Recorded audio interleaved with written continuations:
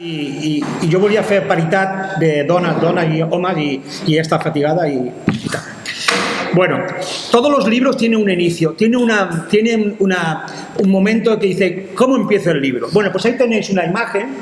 Cuando yo me entero de lo de mi abuelo, me entero cuando tenía 20 años que mi abuelo estuvo condenado a 12 años de cárcel y yo quería saber, solamente quería saber qué pasó con mi abuelo, quién lo había acusado, de qué lo acusaban.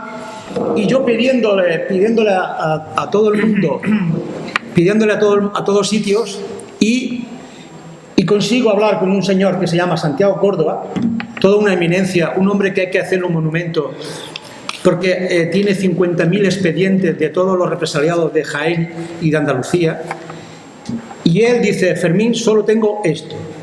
Ahí veré reflejado la ficha de mi abuelo que él tenía, porque mi abuelo era socialista, y la Fundación Pablo Iglesias pues tiene recuperados todos los archivos de su gente, también de otra gente que no eran socialistas.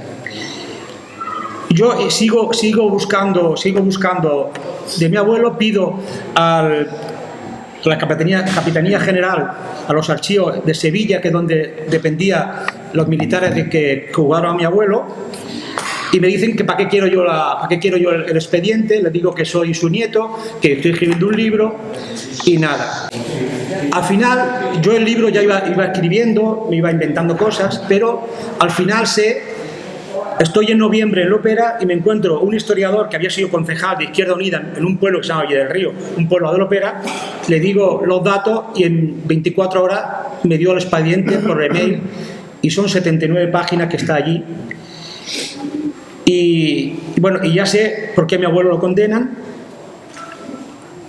y por qué quién lo acusa. Entonces, ¿qué hizo mi abuelo para que lo condenara? Lo digo para que sepáis el libro, porque el valor sentimental. Lo condenan porque el 19 de julio, un día después de que los golpistas se levantan, el Frente Popular de la Ópera, mi pueblo, el Comité de la Ópera, decide requisar las armas a todos los fascistas y al cura del pueblo. Y entonces, pues, claro, para que fracasara el golpe, pues lo primero que hacen es quitar las armas a los que tienen las armas. Y resulta que en la condena dicen que robó a unos señores del pueblo y al cura y contribuyó a la destrucción de la iglesia. Mentira, eso es el argumento. Entonces, el pobre hombre se defiende como puede, dice que no, y hay dos personajes de mi pueblo, uno que se llama Felipe Lara, el Pipi, y otro se llama lo de Espino. Uno que era un señorito que tenía 30 cortijos, Antonio Navarro, que hoy todavía tiene una fundación que lo permiten los socialistas, los comunistas y todo, una fundación para becar a los niños de la ópera que quieren estudiar.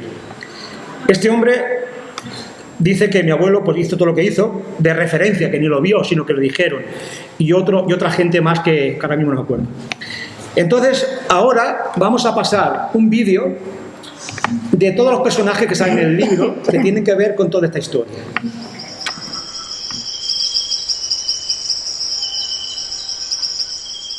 Hola, soc la Jana i us volia parlar del llibre del meu avi, El tiempo pasado que se fue.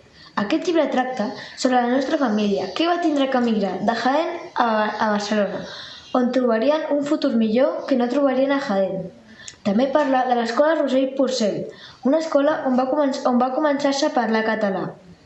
El meu avi ha fet aquest llibre perquè no oblidem la història de la nostra família i de milions de persones que van tindre que emigrar. El tiempo pasado que se fue narra la historia de dos familias andaluzas desde 1939 hasta 2019 y arranca en el sur, Lopera, Jaén, Andalucía, y finaliza en Santa Coloma, Barcelona, Cataluña. La victoria franquista destruyó las esperanzas de modernizar el Estado español y también cortó de raíz la reforma agraria que la Segunda República había prometido a todos los jornaleros andaluces. La derrota republicana trajo consigo sumarísimos consejos de guerra militares, así como largas condenas de cárcel a todos y a todas aquellas que se opusieron a su levantamiento. Los represaliados de la dictadura, así como centenares de miles de familias pobres, tuvieron que abandonar sus tierras porque allí no había futuro, ninguno. También narra las penalidades sufridas por estos migrantes, penalidades y alegrías de su intento de integrarse en la cultura catalana. En definitiva, este libro describe una historia real contada por el nieto de un vencido de la guerra civil, en memoria de esa prisión que sufrió. El objetivo del libro no es otro que recuperar del olvido a los que padecieron represión y a todos aquellos y aquellas emigrantes que tuvieron que abandonar su tierra en busca de ese futuro que allí se les negó.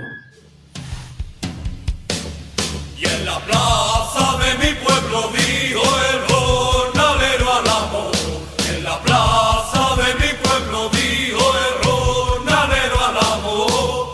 Nuestros hijos nacerán con el puño levantado. Nuestros hijos nacerán con el puño levantado. Que mi voz suba hasta el monte, que mi voz baje al barranco, hasta que todo ganadero se apodere de los campos. Que mi voz suba hasta el monte, que mi voz baje al barranco, hasta que todo ganadero se apodere de los campos, hasta que los ganaderos se apoderen de los campos.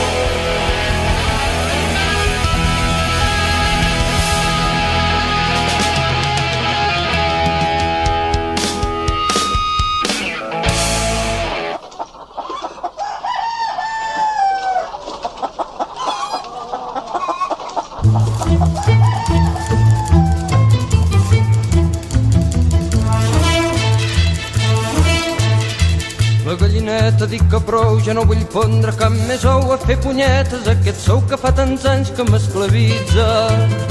I si em venen ganes de fer em faré venir un restrenyiment, no tindrà cap més ou calent el que de mi se n'aprofita. La gallina ha dit que no, visca la revolució.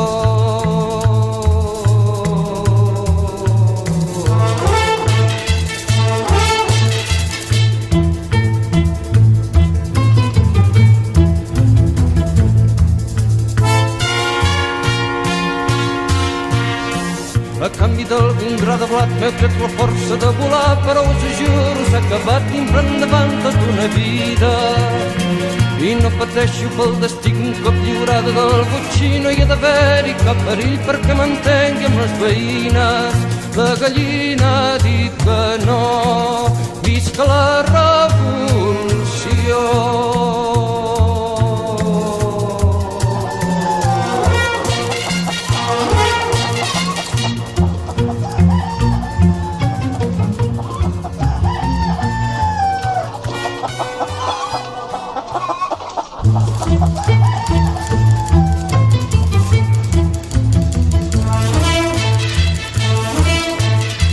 La gallineta dic que prou, ja no vull pondre cap més ou a fer punyetes, aquest sou que fa tants anys que m'esclavitza. I si em venen ganes de fer em faré venir un restrenyiment, no tindrà cap més ou calent el que de mi se n'aprofita. La gallina ha dit que no, visca la revolució.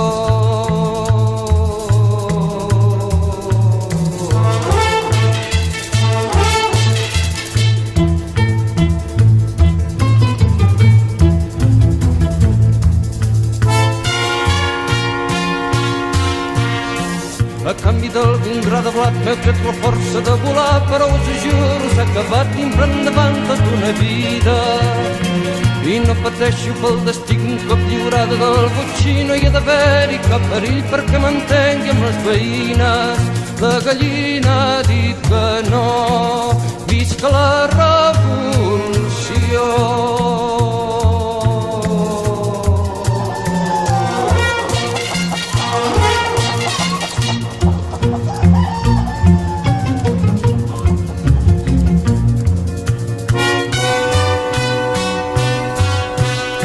I els gats que m'hi hauran de dormir els triaré sants i valents, que n'estic farta d'insolvents que em fan passar nits avorrides. Que quedi clar per sempre més que jo de bleda no en tinc res i que posats a fer no em ve d'un segon restrenyiment. La gallina ha dit que no, visca la revolució. La gallina ha dit que no, visca la revolució.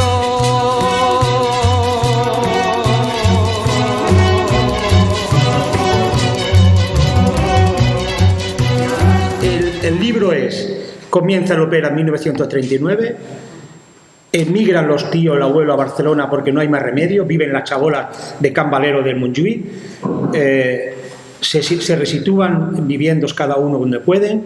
Después venimos nosotros, nuestros padres y nosotros, los chuecos, otros chuecos, y llegamos a Santa Coloma y nos encontramos una Santa Coloma que era peor que el pueblo, no había calles, y empezamos a... Y bueno, y acaba pues eso, que seguimos...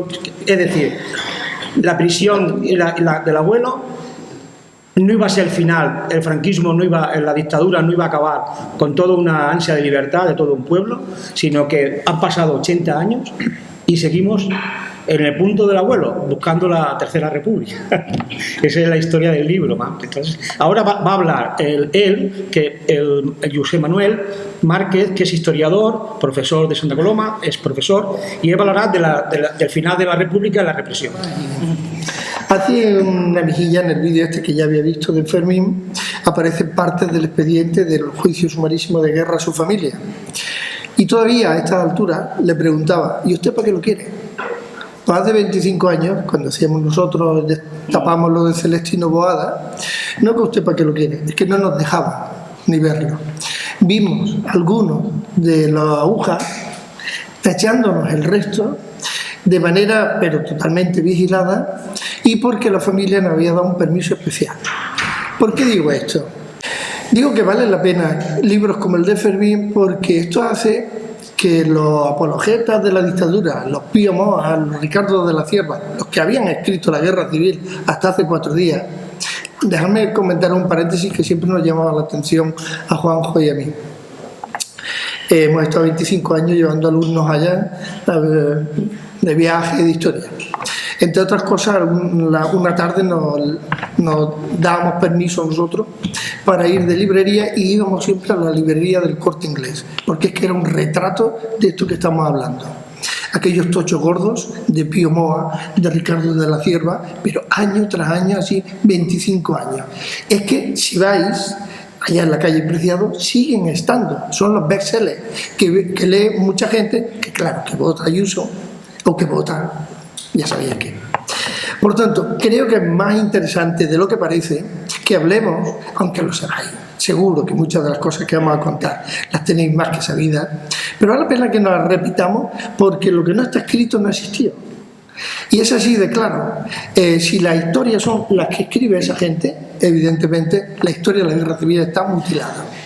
La represión del bando franquista fue terriblemente dura, duró los 3 años de la guerra donde fueron limpiando todo lo que les estorbaba y lo más grave, y 2 décadas después de la guerra.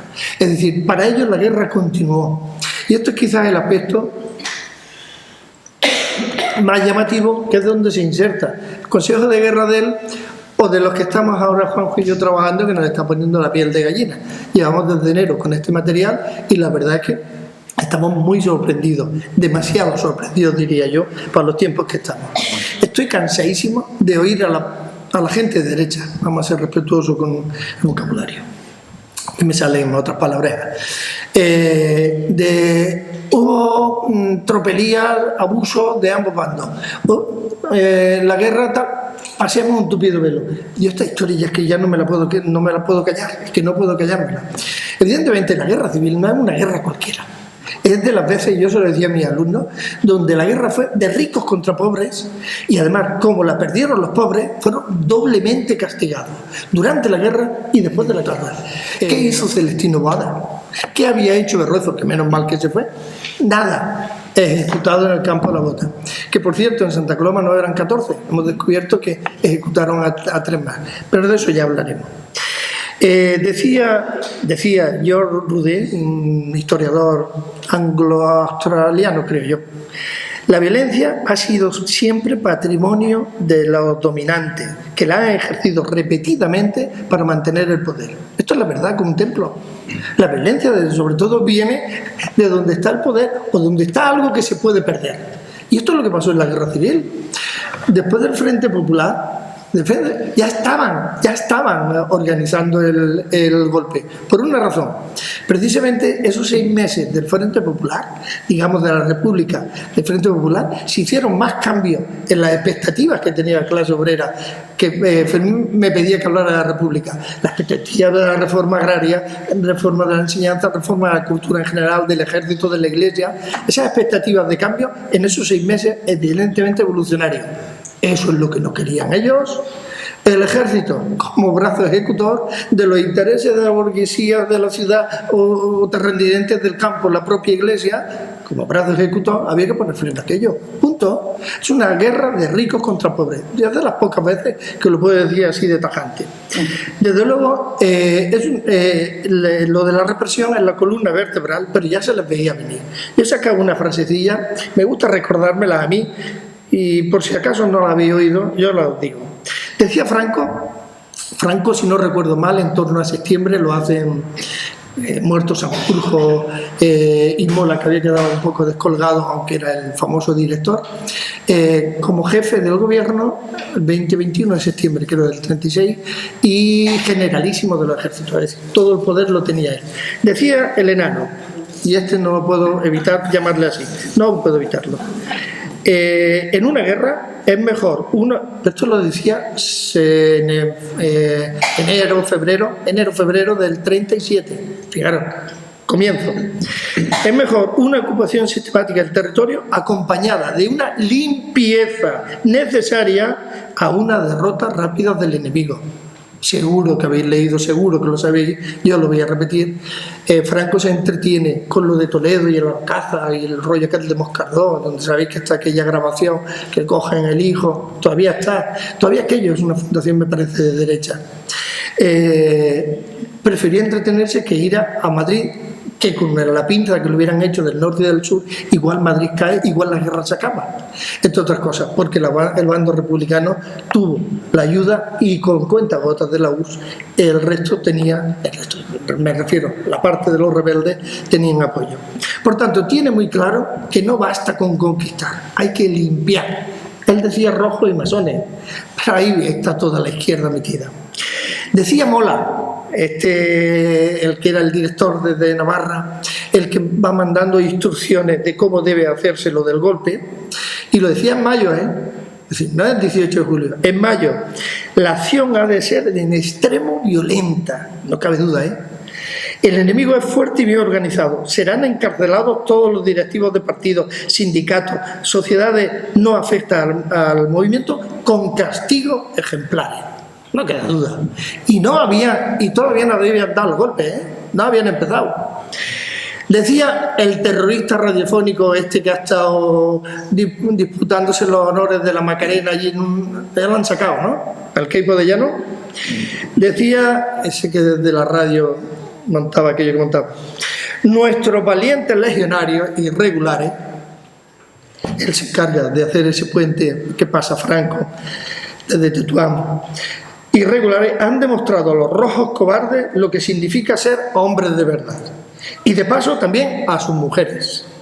Esto está totalmente justificado porque estos comunistas y anarquistas practican el amor libre. Es decir, estoy diciendo que lo de las violaciones a los rojillos llaman bien, que se entere de quién son nuestros legionarios.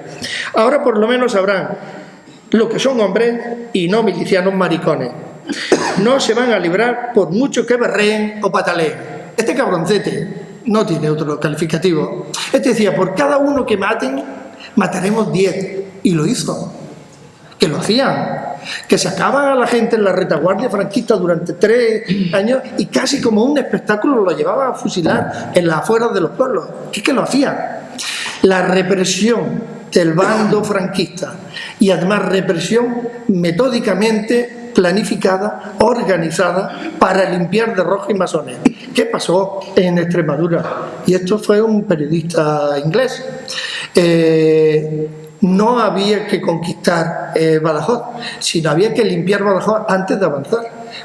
Al menos las cifras, la BBC de Londres, 4.000 encerrados en la plaza que después fusilaron antes de avanzar con las tropas. Esto era lo que iba haciendo. Estoy poniendo algunos ejemplos. Son, desde luego, abundantísimos. Estos no... Hace tanto tiempo que no hago esto que se me seca la boca. Antes estaba 5 horas hablando en el instituto. La edad. Y la edad. Bueno, un poquillo de todo. Pero vosotros lo sabéis perdonar. Los proyectos fascistas o nazis de Italia o Alemania, aquellos tenían un proyecto que había que imponer, único, pero tenían la intención de incluir a la sociedad, es decir, meterlos a todos. Franco no tiene un proyecto inclusivo. Digo Franco por simbolizar a los militares rebeldes. Es, desde luego, de limpieza, es excluyente, es solo para ellos. Los demás, bazofia, la hez de la tierra, como alguna vez decía, coño, lo decía el cabrón, bueno, un prior cura de Salamanca, una misa en Tarragona, decía, acabada la guerra, justo, los catalanes no tienen derecho ni al sol que les alumbra. Es decir, esta es la forma en que se van expresando todo. Digo la Iglesia porque hay que meterlo en el mismo saco, pero no me extenderé mucho más. Decía, y dice uno de mis profesores, Borges de Riquet, palabras que cojo de él, la represión se convirtió en una necesidad política para mantener el proyecto dictatorial y contrarrevolucionario. En definitiva, Franco lo que quería era anular esos años de liberalismo de finales del 19 y un poquillo del 20 y sobre todo los 5 años y pico de la República de un plumazo. Por tanto, la represión no es simplemente hoy matamos a unos cuantos. Hay que limpiar la tierra de esto porque además ese es el proyecto político. Yo he cogido unas cuantas cifras porque seguro que las conocéis. Seguro que las conocéis. Pero es para que se vea cómo el nuevo Estado se cimentó sobre la sangre, el odio, el horror, la humillación, la exclusión, cualquier calificativo vale. Mirad, algunas de las cifras que es igual, aunque no sean estas o sean parecidas, porque siempre con las cifras estamos tirando los historiadores de un lado para el otro. Más de 500.000 exiliados, vaya broma. 460.000 personas pasaron por campos de concentración, vaya broma. 30.000 desaparecidos, andamos buscándolos en las cunetas, ya de este tema no hablo más. Las cárceles, llegó un momento que estuvieron, en el momento menos álgido, vamos a ponerlo así, en torno a unos 300.000. Como no cogían, se inventaron lo de los campos de concentración y como los campos de concentración, allí tenía gente que la alimentaba, que no era verdad, a los batallones de trabajo. No voy a insistir mucho en esto, pero por poner un ejemplo, de aquí Gabriela, que sabe mucho de cárceles, la modelo estaba diseñada, creo yo, en torno a 1.200 personas, más o menos. Llegó a tener 12.500 personas. Pero yo recuerdo, y ahora lo recuerdo con mucho cariño, un libro lo tengo por algún lado apuntado, se llama El año de la victoria, es que no me acuerdo de apellido, Guzmán, de apellido pero el nombre. Él estuvo en el campo En un campo. Ahí por Valencia, de la bolsa aquella que se generó aquí en la zona de Valencia una vez que se toma por Vinador y empuja hacia Cataluña, Albatea. Allá estuvo y estuvo en un barracón de las mismas proporciones a las que os comento de la cárcel modelo. Pensado para 100 personas, había más de 1.000. Estaban hacinados, amontonados. Imaginaros, sin agua, sin nada. Bebieron agua al tercer día y comieron un trozo de pan al sexto, con una lata de sardinas que tuvieron que repartir. Él comenta su vivencia allá. Tuvieron que compartir una lata de sardinas al, no sé, quinto o sexto día, entre 3, imaginaros. sin agua, sin nada de esto. El estreñimiento era tan terrible y ellos, con la gana de... Hostia, a mí es que me acuerdo de aquello, déjame que lo cuente. El estreñimiento, la sensación de estreñimiento, aunque no tenían ya ni heces, que algunos se ayudaban a otros a ver si rompían el tapón del ano con aquella hierro de abrir las latas, de tal manera que generaban infecciones en el ano y muchos de ellos morían con alta fiebre. Yo cuando leía esto, tenían como comida la flor de los almendros del campo, de los almendros donde los tiraron. Los almendros quedaron pelados hasta de la cáscara. Todo lo que se podía comerse lo comían. Esto es un ejemplillo más. Cuando hablamos de 460.000 en campos de concentración, son 460.000 desgraciados así. El abuelo de Fermín decía, Fermín me parece haber leído, en torno a los 80-90 kilos, cuando vuelve con 40 kilos. Y no había estado ahí. Había estado teóricamente en un... La Vega Baja, haciendo el cuartel de artillería, de infantería, que cuando derrumbaron la caza de Toledo, pues Franco enseguida mandó a hacer el cuartel nuevo de infantería en Toledo. Por tanto, lo que os podamos contar y más, no es cuestión, por eso digo yo, de olvidarlo. Desde el primer momento, la dictadura estuvo marcada precisamente por esta violencia represiva, porque el objetivo no era incluso ni castigar. El objetivo era atemorizar. A la gente no tenía que quedarle ganas de volver, ni de tocar, ni de hablar de la política. ¿Cuánto hemos escuchado en las casas de gente mayor? De eso no hablé, hijo. No. Era normal. Si hubiéramos estado allá, igual nosotros habríamos repetido la frase. La verdad es que esta represión, y espero no alargarme mucho... Si quieres luego, si hay tiempo, volvemos otra vez si quieres. Es que, porque si no se nos va a ir, ya lleva 20 minutos, no por nada. Dijimos 15. Puedes seguir el tiempo que quieras, pero que sea consciente de... Menciono... No, como tú quieras. Un pelín nada más, ¿sí? Un pelín nada más. Digo que esta represión se cimentó desde luego de manera planificada, incluso diría de manera aparentemente legal de cara al exterior. Es decir, los juicios sumarísimos de guerra no deja de ser un juicio y ante el exterior es una persona que ha hecho algo mal, como los del Procés, y se les castiga y tienen que ir a la cárcel, ¿no? Otra cosa es que nos traguemos que el juicio del Tribunal Supremo era un juicio. Eso es otra historia. Pues estos de los juicios sumarísimos, juicios de guerra, desde luego eran terribles. De hecho, la ley que da pie a la cobertura legal de esta pantomima es la ley esa de responsabilidades civiles que Franco hizo el 9 de febrero, no había acabado todavía ni la guerra, y decía muy claramente que sirva para liquidar las culpas de este orden contraídas por quienes contribuyeron con actos o omisiones a forjar la subversión roja. Dicho con otras palabras, si no hiciste nada por el lanzamiento, culpable, y si lo hiciste contra, culpable. Cataluña, que había estado 3 años, digamos, en zona republicana, todos culpables. Así de claro. Desde luego, los juicios sumarísimos de guerra es una pantomima, pero terrible, ¿eh? Está organizada. Fermín se me va a cabrear, pero es que es demasiado. Mirad, uno de los fiscales de un juicio sumarísimo a un anarquista y 19 más, que esta era una de las características de los juicios sumarísimos, meter en un paquete gente diversa. Celestino Boada estaba con 12 o 13 que no tenían nada que ver. Mi abuelo estuvo con 20. Con 20. Bueno, pues un juicio sumarísimo, palabras textuales, digo para no criticarlo yo, sino ellos mismos. Juan Teba, del libro de Natalia Junquera, Guijarro y 19 más, decía, entre otras cosas, dice: mi actitud es cruel, decía el fiscal, y despiadada. Parece que sea yo el encargado de alimentar los piquetes de ejecución para que no paren la limpieza total. Pero no, aquí participamos todos los que hemos ganado la guerra y deseamos eliminar toda oposición para imponer nuestro orden. Esto es un fiscal. Si los defensores de los desgraciados que iban a los juicios sumarísimos de guerra era también un militar, imaginaros lo que estaba todo escrito. De hecho, si alguna característica tiene esto es que se hacían rapidísimos y se ejecutaban rapidísimo. Es decir, en cuestión de días, de meses, un puñado de gente era juzgada, fusilada, o 30 años, 12 años, 7 años, los sobreseídos eran contados.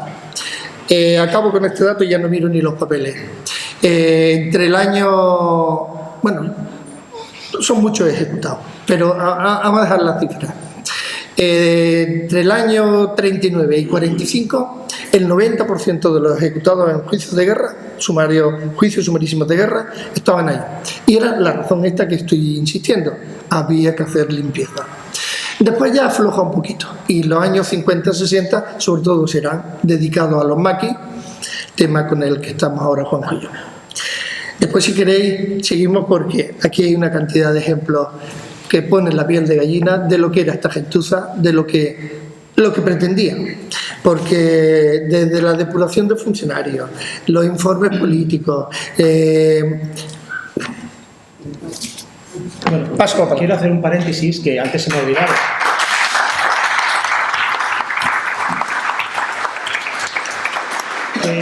Hoy, en lugar de José Manuel, tenía que estar Juanjo. Vaya. Porque son de... Pero no lo tengo que decir porque luego esta grabación se la tengo que mandar a él. Y tengo que decirlo porque él fue el que me animó a que la frase que ha dicho él: lo escrito nunca se olvida. Yo, muy breve, yo os contaré cómo una chavala de 24 años, maestra, aterriza de vivir en el barrio de Horta un tiempo, yo soy hija de Mataró, aterriza en Singuerlín de maestra en el Luis Millet, con 34 años creo que tenía recién cumplidos.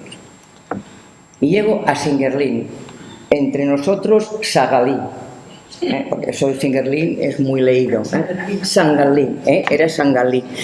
Llega a Sangalí y encuentra, yo me acuerdo la primera vez que aparecí por aquí, me empecé a mover, tenía mis camaradas en aquel tiempo, éramos círculos obreros comunistas, imaginaos, círculos obreros comunistas, y empezamos a movernos por aquí con la subversión que ya estaba un poco organizada, ¿no?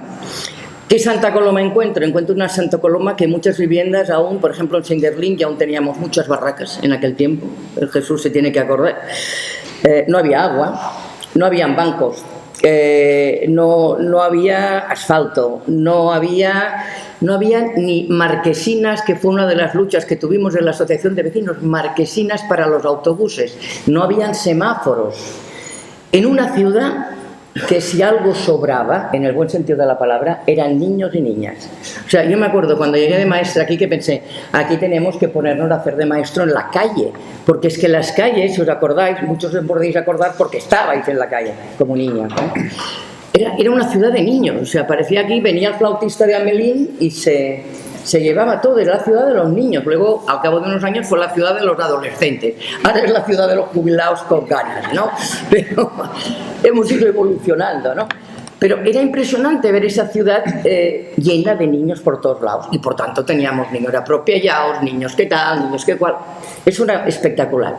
Otra cosa que me sorprendió muchísimo era ver los abuelitos con faja y boina, sentados en unas sillas que sacaban las hijas o los hijos y los ponían en la acera a que tomaran el sol. ¿Por qué? Porque en nuestros pisos, algunos de los pisos, muchos de los pisos, eran tan churrimanguis que los abuelos que venían del campo, que venían de zonas rurales, que venían de pueblitos con luz, con vida, con árboles, aquí estaban ahogados en esos pisos que tenían una ventanita que con un poco de suerte entraba un poco de luz.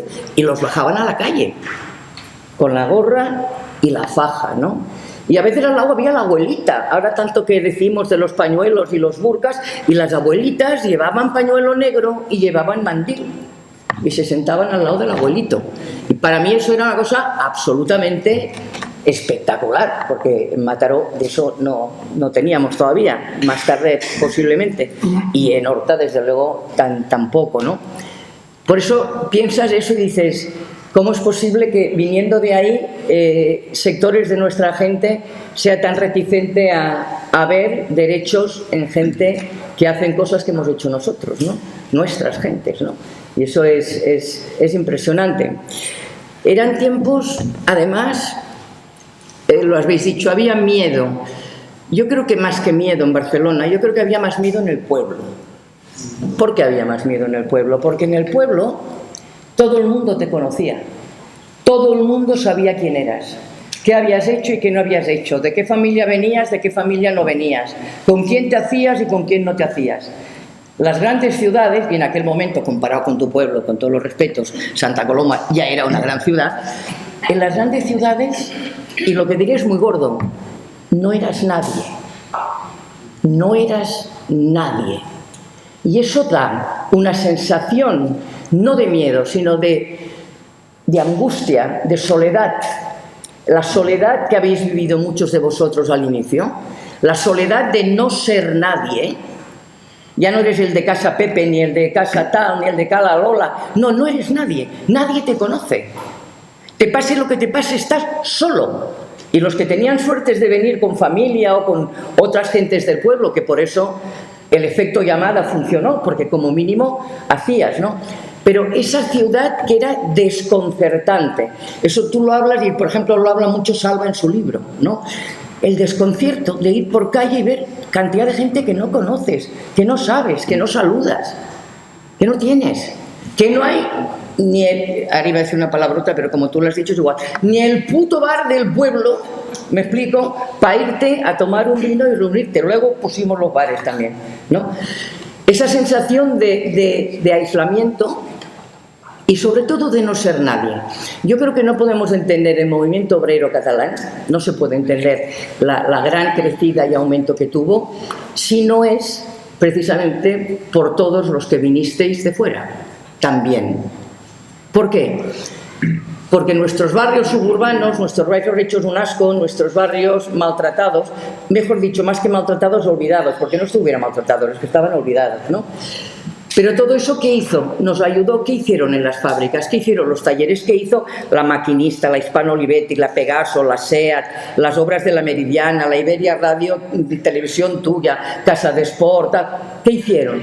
Daros el primer espacio de convivencia donde poder llamar a alguien compañero, donde poder decir, este es como yo, es de los míos, somos obreros. Y volvimos a reivindicar el término obrero, que la dictadura se lo había cargado, porque la dictadura no solo quiso vencer, sino que quiso aniquilar al obrero y a la obrera, y éramos productores. Si os acordáis, pasamos a ser productores, no obreros, ¿no? Esto era feo. Y yo creo que eso hay que darle muchísimo valor, porque es cierto que Cataluña tenía una gran tradición de lucha sindical, lo sabéis todos, no lo voy a repetir, no voy a perder el tiempo hablando de eso porque lo sabéis. Pero aquello lo acabó profundamente la guerra, aquello lo acabó profundamente la dictadura y lo acabó profundamente, por tanto, la represión correspondiente. Pero el influjo de los miles y miles y miles que vinisteis de fuera, que vinieron de fuera, se juntó con esa vieja tradición que ya existía, porque erais ruralillos, o sea, venías de los animalicos, de plantar, de sembrar. Bueno, algunos hacían bodegos, ¿no? Pero no eran gente que habían estado acostumbrados a estar masificados en un puesto de trabajo donde lo único que no tenías que tener era reloj, porque quien mandaba el reloj era el dueño de la fábrica, era el amo. Ese es el que te decía, no hace falta que mires el reloj como mirabas en tu pueblo, porque aquí se entra y se sale cuando yo digo, ¿no? Ese reconocernos como clase, ese reconocernos como currantes y currantas, ese reconocernos como formando parte de algo que importa, eso se lo debemos muchísimo a ese proceso de transformación que tuvimos, ¿no? Y ahí estuvieron desde las asociaciones de vecinos, indiscutiblemente, desde los sindicatos clandestinos, desde las comisiones de barrio, desde los centros juveniles. Los que vinisteis aquí más jovencicos, pasasteis todos y todas por los centros juveniles, para empezar. Y en Santa Coloma, por ejemplo, hay un papel que casi nunca hablamos, como si nos diera vergüenza. Si estuviera aquí el Sairak se quejaría, que fue la JOC. La JOC en Santa Coloma fue la primera que puso, antes del PSUV, de Bandera Roja, del PT, de la OC, del MC, de María Santísima, fue la JOC la que empezó a poner las primeras semillas de lucha, de conciencia, de agrupar a la gente y de hacer comunidad. De hacer comunidad no solo humana, sino comunidad política. Y de convertirnos poco a poco a todos, no solo en sujetos inmigrados, sino en gentes, en actores sociales de transformación. Y aquí descubrí sobre todo algo que para mí es muy importante. Todos y todas, o la mayoría, recuperamos la dignidad que había pretendido quitarnos la dictadura y el franquismo. Y cuando salíamos, acordado, estas manifestaciones de hoy día es otra cosa, son romerías, pero las nuestras era un gesto de dignidad, era un gesto de orgullo. Salías a las manifestaciones orgullos de aquí estamos, los sancolominos y las sancolominas. Antes de darle la palabra a Aito, que hablará de la situación 2007, que voy a presentar a mi tío. El tío se llama el tío Xisco. Yo este libro lo escribí con una promesa que le hice a él. Él es el hijo menor del abuelo Francisco Artero. Él cuando el día 26 de diciembre, acordaros, día de Navidad, las tropas de Queipo de Llano entran en Lopera por un puente que vuelan los republicanos. Y toda la familia del pueblo, todos los jornaleros, casi todos, el 90%, tienen que irse a refugiarse a Osonará, Mengiba, Torredonjimeno, Torre del Campo, Jaén, Andújar, porque era bando republicano. Entonces, mi tío tenía 6 meses. Lo llevaron, mi abuela Catalina, su madre, tenía 7 hijos, de 9, 7. Y a él lo tuvieron que llevar en un serón. ¿Sabéis lo que es un serón de esparto? Pues a él lo llevaron metido ahí dentro. Entonces, era una noche tan fría, un 26 de diciembre, un frío que hacía, entonces sí que hacía frío, y mi abuelo, como era leñador, era carbonero, llevaba su hacha siempre, empezó a cortar olivos, ramas de olivo, y hizo una candela para que no se murieran ni él ni tal.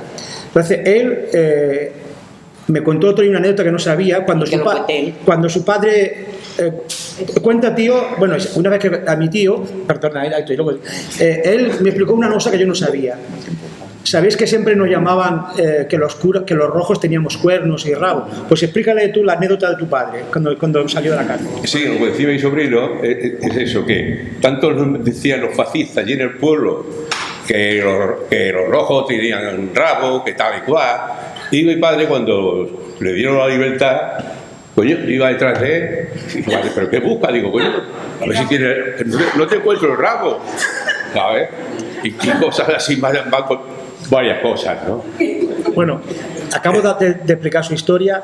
Él, cuando yo llego a Barcelona y empiezo en el año 72 ya a militar en el MC, él ya militaba en el Bajo Llobregat, él fue uno de los fundadores, fue secretario de organización de la Comisión Obrera del Bajo Llobregat, él trabajó en una empresa llamada Vulcan, en Sant Feliu, y él pertenecía al PSUV, pertenecía a Comisiones Obreras. Y nosotros del MC, en nuestra célula, en un momento que hubo de mucha represión, no teníamos donde iglesia ni cura que nos dejara reunirnos ni nada. Y entonces yo le decía, Tito, y él siempre nos dejaba, sabiendo que éramos del MC, el antípoda del PSUV, que él lo sabía, y él nos dejaba a su casa, que teníamos que ir a la floresta, a la montaña, para reunirnos 5 personas, hasta allí 2 o 3 horas, haciendo la revolución. Y él, eso se lo tengo que agradecer a él. Entonces la migración se hizo con un poco de trampa. Es dejar venir aquí porque el catalán estaba prohibido totalmente, y entonces dejaron el Franco con el general Correa, llegaron a un acuerdo aquí de que pasaran para ver si apoyo contra el castellano y el catalán, pero tuvimos la suerte que los catalanes tienen una cultura muy buena. Y no hubo follones, al revés, nos abrieron las puertas, al menos algunos lo dirán, y estuvimos pues estupendamente. Entonces, viendo el asunto, dice, bueno, pues ahora vamos a cerrar a Cataluña, que ya no entre nadie más. No sé si algunos os acordáis que cogieron el tren y nos llevaban a Montjuïc y allí los metían hasta que cuando estaba el barco lleno, pues para atrás. Pero la gente ya, cuando venía, ya por la vía se tiraba en marina. O sea, que hubo ahí unos tejos y manejos y al final pues quedamos. O sea, somos 2 millones de andaluces aquí. 1 millón, chato, 1 millón. 1 millón. No, en total. No, en Cataluña. Bueno, con los nietos y los bisnietos sí, pero 1 millón de andaluces. Cataluña, bueno.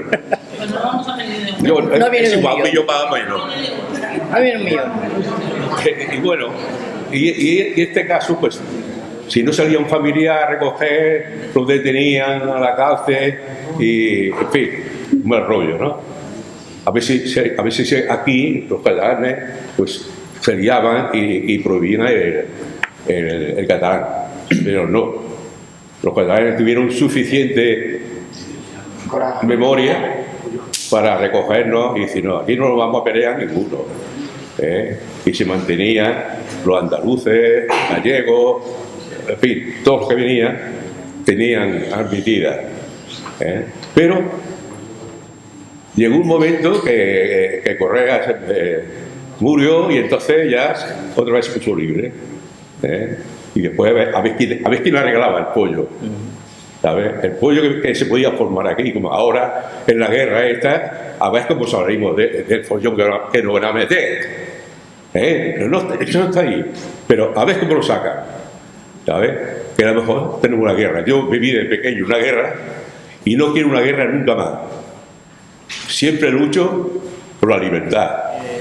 Y si ha buscado un hueco en la campaña electoral, que sabéis que es el candidato de la CUP, de Gramenet, y nos va a hablar de la época esta nueva, donde han salido fuerzas alternativas a todos los partidos clàssics i tal.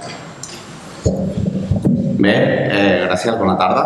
Jo intento ser ràpid, intento anar rapidet perquè moltes de les coses que igual jo havia pensat ja l'ha dit sobretot la Gabriela, val? Però com deia el Fermín, nosaltres vam conèixer cap al 2007, que és quan es va fundar Gent de Gramenet. Jo no vaig estar en la fundació, jo vaig entrar just uns mesos després de la fundació de Gent de Gramenet, val?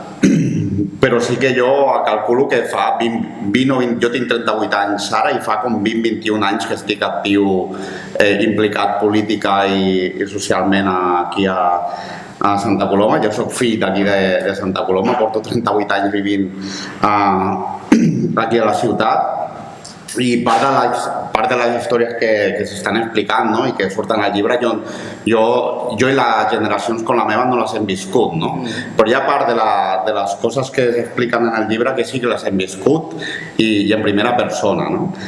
Per entendre una mica la situació també de com s'arriba a la situació de que sorgeixin moviments com en aquell moment que s'explica en el llibre Gent de Gramenet o també plataformes ciutadanes, el 15M més tard, també cal entendre també la ciutat d'on venia, no? També d'un canvi també polític, d'un retrocés polític, no?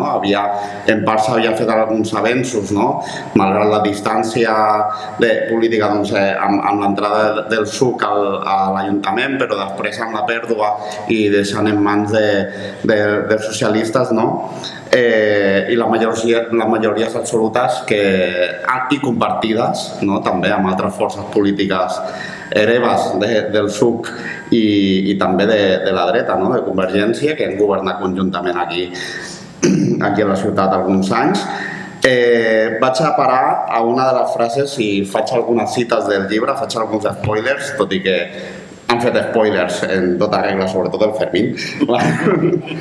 I vaig al capítol on es parla precisament del tio Cisco, no?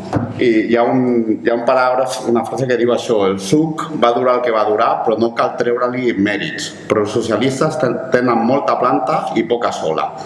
Van canviar la pana per les corbates i les corbates pel Consell d'Administració. I així ens va. Aquesta és una mica l'anàlisi que es treu de per què poden sorgir també aquests moviments ciutadans com en el 2007 va ser Gent de Gramenet, en el que es parla, sobretot en l'apartat on es parla del paper de la fe, de la figura com a dona també d'impuls implicada políticament, que també jo crec que aquest llibre ha de ser també un reconeixement a la fe, pel que s'explica en el llibre, però també per aguantar el Fermín tants anys, que això no és fàcil, i a l'Amanda i al Pau, que avui no ha pogut venir, que té exàmens. Jo crec que un aplaudiment per la fe, jo crec que per aguantar el Fermín.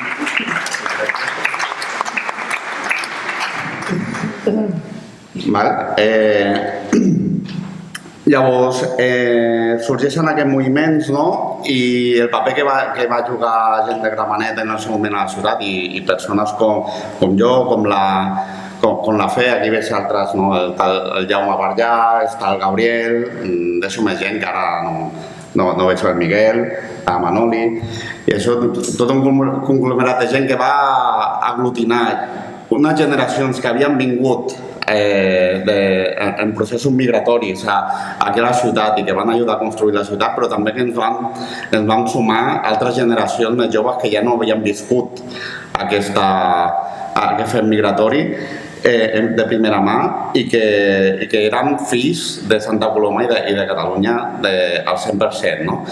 I crec que és ajuntar aquesta manca d'experiència juvenil i l'experiència de lluites que portava tota aquesta gent va portar com a un canvi també de mentalitat en les formes de treballar a la ciutat, no? A nivell de moviments socials, no? Gent de Gramenet era un partit, però era un moviment, funcionava com a moviment social realment, que s'acabava presentant a eleccions, va arribar el 2011 va ser, a tenir representació, que van estar la Teresa i jo inicialment, després la Fe, el Jordi, la Guida, el Sergi, l'Aleix i no ens en deixo, i el Gabriel, que també està aquí.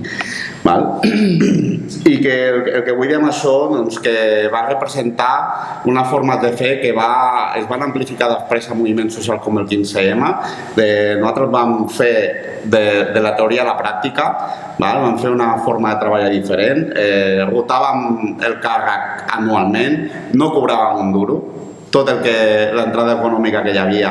Nosaltres som treballadors i vam estar dintre de l'administració a l'Ajuntament sense cobrar un duro, un esforç molt gran perquè estàvem treballant i a la vegada estàvem també exercint el nostre càrrec públic i que aquests diners retornaven perquè hi hagués lluita, perquè les entitats que estaven fent projectes a la ciutat poguessin tenir un mínim de recursos. Jo crec que això va ser un canvi que amb el 15M després va fer esclatar i les dinàmiques polítiques també van canviar, ja no dic si en positiu o en negatiu, però van canviar. I aquesta llavor de gent de Gramenet de 2007 crec que actualment també, tot i que ara mateix estem en un moment de desencís, de desil·lusió, crec que és important que existeixin moviments socials que estiguin actius i mirar una mica el nostre passat, no mirar tant el que expliquem aquí en el llibre de fa 40 o 50 anys, sinó mirem les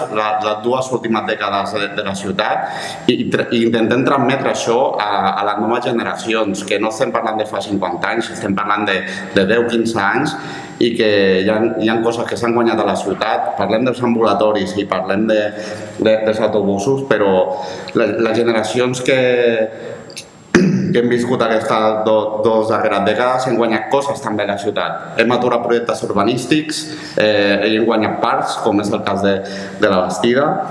Hem guanyat també, encara que sigui poca cosa, una sala d'estudis al Masfonollar que va guanyar fa 12-13 anys l'Assemblea de Joves, eren un grupet de joves de la ciutat, igual 10-12 persones, i vam aconseguir una sala d'estudi amb moltes mancances, però són petites victòries que hi ha. I això ho vinc a lligar també amb un dels altres temes que es parlen en el llibre, que és la immersió lingüística.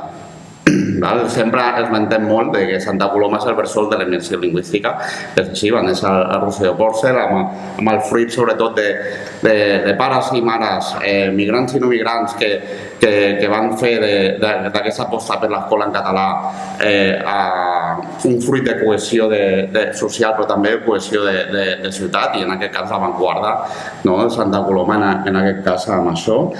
I també que hem de recuperar una mica com es va guanyar l'escola en català i intentar transmetre millor com es va aconseguir, perquè ara mateix estem en una situació molt feble del català a les aules, uns atacs constants que si un professor, per exemple, aquí tenim un cas a Santa Coloma molt actual, tot i que encara no s'està fent molt públic, perquè la professora està patint molta pressió de fer una campanya d'arrelament del català a les aules amb el teixit comercial i està rebent uns atacs de l'extrema dreta i de l'espanyolisme molt grans en un institut d'aquí de Santa Coloma.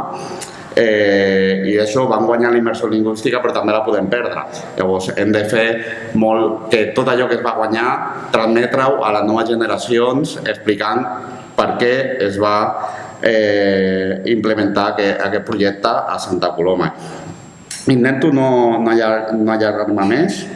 Val? Hi ha altres coses que expliquen al llibre, està el Pitar que explica també breument el seu cas, no? de la seva implicació al barri de Raval i el procés de desnonament que va tenir per fer-lo fora de la ciutat. I jo em quedo amb una cosa que deia el Josema, no? La història l'escrivim on l'escriuran. Hem de fer que tots els coneixements que tenim de vivència, encara que siguin molt personals, com el que es parla aquí en aquest llibre, plasmar-ho en llibres o en escrits, perquè si no escrivim nosaltres la història, en l'escriuran. I això passa dintre la mateixa pròpia esquerra. Tenim casos que no parlarem avui, però que s'escriuen llibres sobre Santa Coloma també amb visions distorsionades. No? Pues intentem tenir totes les visions i que totes les històries i vivències a nivell social, personal, familiar i polític, doncs que estiguin totes sobre la taula i la gent pugui destriar també una mica el seu coneixement. Val? Acabo amb una frase també, a veure si la trobo ara.